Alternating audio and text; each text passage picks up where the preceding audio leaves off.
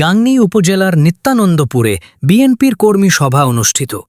মেহেরপুরের গাংনী উপজেলার ধানখোলা ইউনিয়নের ৪ নম্বর ওয়ার্ড নিত্যানন্দপুর গ্রামে বাংলাদেশ জাতীয়বাদী দল বিএনপির কর্মী সভা অনুষ্ঠিত হয়েছে।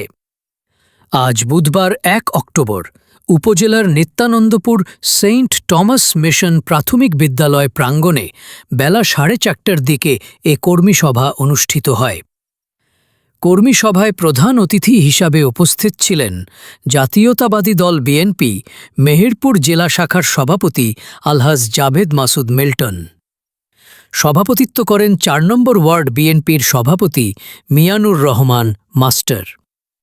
মেহেরপুর জেলা যুবদলের সাধারণ সম্পাদক মোহাম্মদ কাউসার আলীর সঞ্চালনায় বিশেষ অতিথির বক্তব্য রাখেন জেলা বিএনপির সাংগঠনিক সম্পাদক ও সাবেক চেয়ারম্যান আখেরুজ্জামান।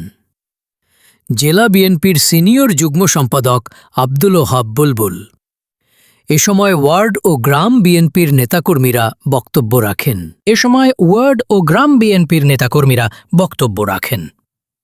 কর্মী সভায় বিভিন্ন ইউনিটের বিএনপি ও অঙ্গ সংগঠনের নেতাকর্মীরা উপস্থিত ছিলেন।